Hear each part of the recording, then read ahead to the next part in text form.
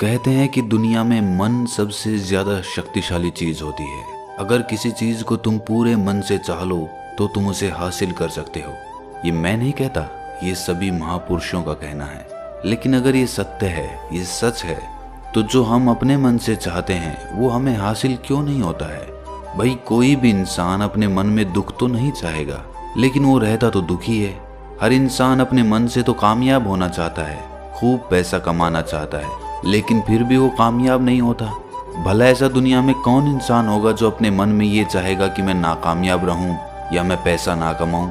सोचने की बात है। तो इसमें दो चीजें निकल के सामने आती हैं। या तो वो महापुरुष गलत थे जिन्होंने ये बात बोली कि मन से चाही हुई चीज हासिल हो जाती है, या फिर हम गलत हैं। आज की कहानी जो मैं आपको सुनाने वाला हूँ उसमें आपको एक ऐसा मंत्र मिलेगा। उसे समझने के बाद आपको एक ऐसा मंत्र पता चलेगा जिससे आप ये समझ पाएंगे कि अपने मन से कोई भी चीज कैसे करवाई जाती है, मन में किसी भी बात का बीज कैसे बोया जाता है। ये इस कहानी से आपको अच्छी तरह से समझ में आ जाएगा, और इससे आप ये भी समझ पाएंगे कि आकर्षण का नियम, लॉ ऑफ अट्रैक्शन कैसे काम करता है। कहानी छोटी सी है लेकिन बहुत ही गहरी है। इससे पहले कि आप इस कहानी में खो जाएं, इस चैनल को सब्सक्राइब जरूर कर लें। तो चलिए ये कहानी शुरू करते हैं। एक बार की बात है, एक आदमी के जीवन में सिर्फ दुख ही दुख थे। वो जो भी काम करता उस बेचारे का वो काम पूरा ही नहीं होता। घर में आता तो घर में कलेश बना रहता, किसी से कोई मदद मांगता तो कोई उसकी मदद नहीं करता। ऐसा लगता था कि चारों ओर से दुखों का पहाड़ उसी पर टूट पड़ा है। उसे समझ नहीं आ रहा था कि मैं इन दुखों से पार कैसे पाऊं। वो दिन रात यही सोचता रहता कि अपने दुखों से छुटकारा कैसे पाना है। इसी कारण से वो रात में सो भी नहीं पाता था। उसकी आंखों के नीचे बड़े बड़े काले घेरे बन गए थे, जो इस बात का प्रतीक थे कि वो आदमी कितना दुखी है और कितना चिंतित है। कभी कभी तो उसके मन में आत्महत्या करने के भी ख्याल आते थे, लेकिन अपने परिवार की चिंता करके वो ये कदम नहीं उठा पाता था। वो इतना दुखी हो गया कि उसने निर्णय किया कि वो इन दुखों से छुटकारा पाके रहेगा। इसके लिए चाहे उसे कितनी भी मेहनत करनी पड़े, कुछ भी करना पड़े, चाहे अंगारों पे चलना पड़े, लेकिन इन दुखों से छुटकारा हासिल करके रहेगा। ऐसे ही एक दिन उसने अपने मित्र से पूछा कि मैं अपने जीवन को कैसे सुधारूं। उसके मित्र ने उसे बताया कि तुम किसी बाबा के पास जाओ। बाबाओं के पास ऐसा मंत्र होता है जिससे सारे दुख मिट जाते हैं, जीवन खुशियों से भर जाता है और धन संपदा भी हासिल हो जाती है। तुम किसी ऐसे बाबा को ढूंढ लो, बस तुम्हारा काम बन जाएगा। उस आदमी के मन में ये बात पूरी तरह से पक्की बैठ गई कि कोई बाबा ही मेरा दुख दूर कर सकता है, और इसीलिए उसे किसी भी बाबा के बारे में पता चलता तो वो उस बाबा के पास पहुंच जाता। वो उस बाबा को अपनी समस्या बताता और उससे उसका समाधान पूछता और कहता कि बाबा, मैं कुछ भी करने के लिए तैयार हूं, लेकिन मेरी इन समस्याओं से मुझे छुटकारा दिला दीजिए। आप जो कहेंगे मैं वो करूंगा, लेकिन मेरे जीवन को सुधार दीजिए। बाबा उसे कुछ टोने टोट के बता देते थे करने के लिए, और बदले में दान दक्षिणा ले लेते थे कि ये टोना टोटका करने के बाद तुम्हारे घर में सुख शांति बनी रहेगी, बस इस टोटके को पूरी विधि के साथ करना। वो आदमी घर लौटकर पूरी विधि के साथ टोने टोटके करने लगा, लेकिन बहुत टोने टोटके करने के बाद भी उसके जीवन में कुछ बदलाव नहीं आया। इसके विपरीत उसका जीवन और ज्यादा दुखी हो गया। जो भी बाबा उसे टोना टोटका देता था वो बदले में उससे दान दक्षिणा लेता था, जिससे उसका धन भी धीरे धीरे खत्म हो रहा था। इससे उसके जीवन में दुख और ज्यादा बढ़ गए। तब उसे लगा कि बाबाओं के पास जाने से तो मेरे जीवन में दुख कम होने की बजाय बढ़ते ही जा रहे हैं, तो मुझे क्या करना चाहिए? बाबाओं के पास जाऊं या ना जाऊं? फिर एक दिन एक आदमी ने उसे बताया कि तुम अपने घर में किसी पंडित को बुलाकर हवन करवा लो। हवन होगा, घर शुद्ध हो जाएगा। कोई भी बुरी ऊर्जा होगी घर में तो वो घर से बाहर चली जाएगी। किसी पंडित को बुलाकर पूरे विधि विधानों से मंत्रोच्चारण कराओ और हवन कराओ, जिससे घर में सुख शांति आए। उस आदमी के मन में ये बात बैठ गई और उसने एक पंडित को अपने घर पर बुलाकर हवन करवा दिया। हवन अच्छी तरह से संपन्न हुआ। बदले में पंडित ने भी अच्छी दान दक्षिणा ली और उसके बाद वो वहां से विदा हो गया। लेकिन कुछ दिनों के बाद उस आदमी को महसूस हुआ कि उसके जीवन में अब भी कोई बदलाव नहीं आया है। अब वो आदमी पूरी तरह से दुखी हो गया और ज्यादा परेशान हो गया। अब तो उसे लगने लगा था कि मेरे जीवन में से दुख कभी खत्म ही नहीं होंगे। और यही सोच सोच कर उस आदमी का बुरा हाल हो गया था। फिर एक दिन उसे अपने मित्र से एक ऐसे बाबा के बारे में पता चला जो समाधान बताने के लिए कोई दान दक्षिणा नहीं लेता था। उस आदमी को लगा कि ये बाबा दूसरे बाबाओं की तरह नहीं हो सकता, क्योंकि ये दान दक्षिणा तो लेता ही नहीं, और अगर दान दक्षिणा नहीं लेता तो ये सच में कोई सिद्ध बाबा होगा। और यही सोचकर वो उस बाबा के पास पहुंच जाता है। जब वो आदमी वहां पर पहुंचता है तो वो बाबा ध्यान में बैठे हुए थे। ये देखकर वो आदमी वहीं पर चुपचाप बैठकर ध्यान से बाहर आने का उनका इंतजार करने लगा। थोड़ी देर बाद बाबा ने आंखें खोली तो सामने एक दुखी और परेशान युवक को बैठे देखा। वो उसकी आंखों के नीचे काले घेरे देखते ही समझ गया कि ये आदमी अपने जीवन से कितना परेशान है। उसे संबोधित करते हुए बाबा ने पूछा कि बच्चा, क्या चाहते हो? बाबा के पास क्या लेने आए हो? उस आदमी ने कहा कि बाबा, मैं अपने जीवन से बहुत परेशान हूं। मैंने इन दुखों को दूर करने के लिए बहुत सारे रास्ते अपनाए, हर वो तरकीब करके देखी जो किसी बाबा ने मुझे बताई, हर वो काम किया जो किसी भी इंसान ने मुझसे करने को कहा, लेकिन मेरे जीवन में दुखों में कोई कमी नहीं आई। बाबा, इसके विपरीत मेरे जीवन में दुखों में बढ़ोतरी हो गई। मुझे समझ नहीं आ रहा है कि मैं क्या करूं। कभी कभी तो मैं आत्महत्या करने की सोचता हूं, लेकिन अपने परिवार की सोचकर मैं ये कदम नहीं उठा पाता। मैंने आपके बारे में बहुत सुना है बाबा, और मैं बहुत उम्मीद के साथ आपके पास आया हूं। कृपया करके मुझे कोई ऐसा मार्ग बताएं जिससे मुझे अपने दुखों से छुटकारा मिल जाए। मैं अपने दुखों से छुटकारा पाने के लिए कुछ भी करने को तैयार हूं। आप मुझे कोई भी रास्ता बताएं, चाहे वो रास्ता कितना भी कठिन क्यों ना हो, मैं उसको पार करके रहूंगा।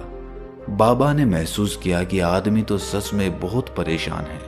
बाबा ने उसकी बात सुनकर कहा कि बच्चा, दुखों को दूर करने के लिए मंत्र ऐसे ही नहीं मिलते। मंत्र पाने के लिए कुछ करना पड़ता है। तुम कुछ कर सकते हो? ये सुनकर पहले तो उस आदमी ने सोचा कि ये बाबा भी मुझसे दान दक्षिणा ही मांगेंगे, लेकिन और कोई रास्ता ना पाकर उस आदमी ने कहा कि बाबा, आपको जितनी भी दान दक्षिणा चाहिए मैं देने के लिए तैयार हूं, लेकिन आपका मंत्र सच्चा होना चाहिए, वो पूरा होना चाहिए, उसका फल मुझे मिलना चाहिए। उसके बाद मैं आपको जो भी दान दक्षिणा लेना चाहते हो वो दे दूंगा। बाबा ने कहा कि दान दक्षिणा तो बहुत छोटी सी चीज है, मुझे वो नहीं चाहिए।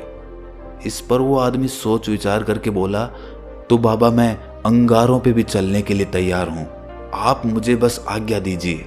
बाबा ने कहा कि अंगारों पे चलने वाली छोटी चीज मैं तुमसे नहीं कराने वाला। मैं जो तुमसे कराने वाला हूं वो बहुत कठिन मंत्र है, उसे पूरा कर पाओगे? बाबा ने कहा कि बाबा, आप मुझे बताइए तो सही, मुझे करना क्या होगा? मैं कुछ भी करने को तैयार हूं। इस पर बाबा ने उसे कहा कि यहां से जब तुम अपने घर जाओ तो रास्ते में अपने मन में ये दोहराते जाना कि मैं सुखी हूं, मैं सुखी हूं, मैं सुखी हूं। बार बार अपने मन में यही दोहराना, और याद रहे, जुबान पर ये नहीं आना चाहिए, ये सिर्फ मन में दोहराना है। ये सुनकर वो आदमी बोला, बाबा, बस इतनी सी बात? ये तो मैं चुटकी बजा के कर लूंगा, लेकिन इससे होगा क्या? बाबा बोले कि इस मंत्र को करके देखो। वैसे भी तुमने इतने बाबाओं के मंत्र किए हैं, तो इस मंत्र को भी करके देख लो। उस आदमी ने सोचा कि बाबा कुछ दान दक्षिणा तो ले नहीं रहे, और छोटा सा मंत्र है, इसे तो मैं कर ही लूंगा। वो बोला, ठीक है बाबा, मैं ये मंत्र जरूर करूंगा। वो आदमी ये कहकर वहां से उठकर चलने लगा, लेकिन जैसे ही वो चलने लगा, पीछे से बाबा ने बोला कि बच्चा, एक बात याद रखना, जब तुम ये मंत्र अपने मन में दोहराओ तो तुम्हारे मन में बंदर के विचार नहीं आने चाहिए, बंदर का ख्याल भी नहीं आना चाहिए, तो ही ये मंत्र सिद्ध होगा। वो आदमी बोला, मुझे तो आज तक बंदर का कोई विचार नहीं आया, तो अब क्यों आएगा? आप चिंता मत करिए बाबा, मैं बस मन में यही दोहराऊंगा कि मैं सुखी हूं, मैं सुखी हूं। इसके अलावा बंदर का कोई विचार मेरे मन में नहीं आएगा। ये कहकर वो आदमी वहां से चल दिया। वो अपने मन में मैं सुखी हूँ, मैं सुखी हूँ ये दोहराता हुआ थोड़ी दूर ही चला था कि उसके मन में अचानक बंदर का ख्याल आ गया। बंदर का ख्याल एक बार आया और चला भी गया, लेकिन उस आदमी ने सोचा कि आज तक तो मुझे बंदर का कोई विचार नहीं आया, ये आज बंदर का विचार क्यों आ गया। और ऐसे करके उसने उस बंदर के विचार को पकड़ लिया। वो ये भूल गया कि मुझे क्या मंत्र दोहराना है और वो बंदर के बारे में सोचने लगा। जब थोड़ी देर बाद उसे फिर से होश आया तो वो फिर से अपना वही मंत्र दोहराने लगा जो बाबा ने उसे बताया था, मैं सुखी हूँ, मैं सुखी हूँ। लेकिन अचानक से उसे सामने एक बंदर दिखाई दिया और ये देखकर उसके मन में फिर से बंदर का विचार उठ गया और वो अपने अंदर से इस विचार को बाहर फेंकना चाहता था। वो चाहता था कि मेरे अंदर किसी भी तरह बंदर का विचार ना आए, लेकिन उसे तो सामने बंदर ही दिखाई दे गया। ऐसे ही जद्दोजहद करते करते वो घर पे पहुंचा और घर पे पहुंचने के बाद अपनी पत्नी को कहा कि हे बंदरिया, मुझे खाने में बंदर परोस दो। और जब उसे एहसास हुआ कि उसने क्या बोल दिया तो वो अपने बाल नोचने लगा। वो दीवारों में सर मारने लगा कि आज तक मुझे बंदर का कोई विचार नहीं आया और आज मुझे ये क्या हो गया है कि मुझे हर जगह बंदर ही बंदर नजर आ रहे हैं, ये कैसी माया है। यही सोच सोच कर वो आदमी रात भर सो नहीं पाया।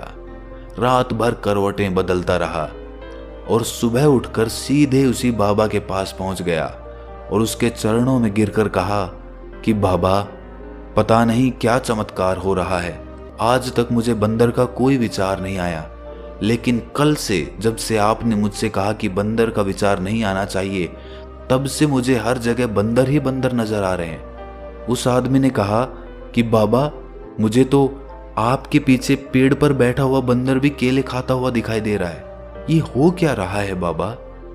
ये सुनकर बाबा हंसने लगे। बच्चा, मन का जाल एक ऐसा जाल है जिसे समझ पाना इतना आसान नहीं है। बंदर तो तुम्हारे रास्ते में पहले भी आते थे। जब तुम मेरे पास आए थे तो इन्हीं पेड़ों पे ये बंदर घूम रहे थे, लेकिन तब तुम्हारे ध्यान में ये बंदर नहीं था, तब तुम्हारे ध्यान में सिर्फ अपने दुख थे। इसके बाद बाबा ने उसे बताया कि बच्चा, हम जिस चीज से भी दूर भागना चाहते हैं वही चीज हमारे मन में बहुत गहरे में प्रविष्ट हो जाती है, वो हमारे अंतर मन में समा जाती है। असल में हम जिस चीज से भी छुटकारा पाना चाहते हैं उससे छुटकारा इसीलिए पाना चाहते हैं कि वो हमारे साथ बहुत गहरे से जुड़ी हुई है, और हम जितना ही उससे छुटकारा पाना चाहते हैं वो उतनी ही गहरी हमारे मन में बैठती चली जाती है और आखिरकार वो हमारे अंतर मन में छा जाती है। ऊपर से तो हम चाहते हैं सुखी होना कि मैं सुखी हूँ, सुखी हूँ, हमारे होंठ भी यही बोलते रहते हैं, लेकिन हमारे मन में दुख समाये होते हैं। हमारे विचारों में, हमारे मन में हमें दुख ही दुख दिखाई देते हैं। इसीलिए अपनी जुबान से बार बार ये बोलने से कि मैं सुखी हूँ, मैं सुखी हूँ, हम सुखी नहीं होंगे जब तक ये मंत्र हमारे अंतर मन में प्रविष्ट नहीं होगा। इस पर उस आदमी ने पूछा कि बाबा, लेकिन ये मंत्र हमारे अंतर मन में प्रविष्ट कैसे होगा। ये सुनकर बाबा ने कहा कि बच्चा, अपने दुखों से लड़ना बंद कर दो। जब तक तुम अपने दुखों को दूर करने की सोचते रहोगे तब तक वो दुख तुमसे चिपके रहेंगे, तब तक वो दुख तुम्हारे अंतर मन पर अपना राज जमाए बैठे रहेंगे। और जिस दिन तुम उन दुखों के बारे में सोचना ही छोड़ दोगे, उन दुखों से छुटकारा ही नहीं पाना चाहोगे, उसी दिन से तुम्हारी जिंदगी से दुख गायब हो जाएंगे। क्योंकि किसी भी चीज से छुटकारा पाने के लिए हमें उस चीज के बारे में सोचना पड़ता है, और हम जितना ही उस चीज के बारे में सोचते हैं वो उतनी ही गहरी हमारे मन में प्रविष्ट होती चली जाती है। हम अधिकतर समय दुखों के बारे में ही सोचते हैं। हम यही सोचते हैं कि हमारे जीवन में दुख है और हमें इससे छुटकारा पाना है। इसी वजह से बार बार सोचने से वो दुख हमारे अंतर मन में प्रविष्ट हो जाते हैं और हमें एहसास भी नहीं होता। इसीलिए अगर तुम दुखों से छुटकारा पाना चाहते हो तो दुखों से छुटकारा पाने के बारे में सोचना छोड़ दो, तुम्हें दुखों से छुटकारा मिल जाएगा। अक्सर आदमी धूम्रपान छोड़ना चाहता है, शराब छोड़ना चाहता है, सुबह अपने आप से ये वादा करता है कि मैं कोई भी गलत काम नहीं करूंगा, लेकिन शाम को जब लौटता है तो नशे में चूर होकर लौटता है। ऐसा क्यों होता है कि जो हम सोच रहे हैं वो पूरा कर ही नहीं पा रहे हैं? असल में हम उस चीज को बहुत ज्यादा तवज्जो दे रहे हैं, उस चीज को बहुत ज्यादा अहमियत दे रहे हैं। जब भी हम उस चीज को छोड़ने के बारे में सोचते हैं तो हम उसकी इम्पोर्टेंस यानी कि विशेषता और ज्यादा बढ़ा देते हैं। हमारा मन उस चीज के बारे में जितना ज्यादा सोचेगा, शराब या धूम्रपान छोड़ने के बारे में जितना ज्यादा सोचेगा, हमारा मन उतना ही उस चीज के पीछे ज्यादा भागेगा। हमें उस चीज से लड़ना नहीं है, बल्कि बिना सोचे गुजर जाना है। और अगर इस मंत्र को हम समझ लेते हैं तो हम अपने जीवन में जो भी पाना चाहते हैं उसे अपने अंतर्मन में डाल सकते हैं। और एक बार वो लक्ष्य हमारे अंतर्मन में बैठ जाता है तो फिर सफलता पाने में कोई समस्या नहीं आती, कोई दिक्कत नहीं आती। तो दोस्तों, कैसी लगी आपको ये कहानी कमेंट सेक्शन में ज़रूर बताएं, और अच्छी लगी तो इस चैनल को सब्सक्राइब करना ना भूलें। तो मिलते हैं अगली कहानी में, तब तक के लिए अपना ख्याल रखें।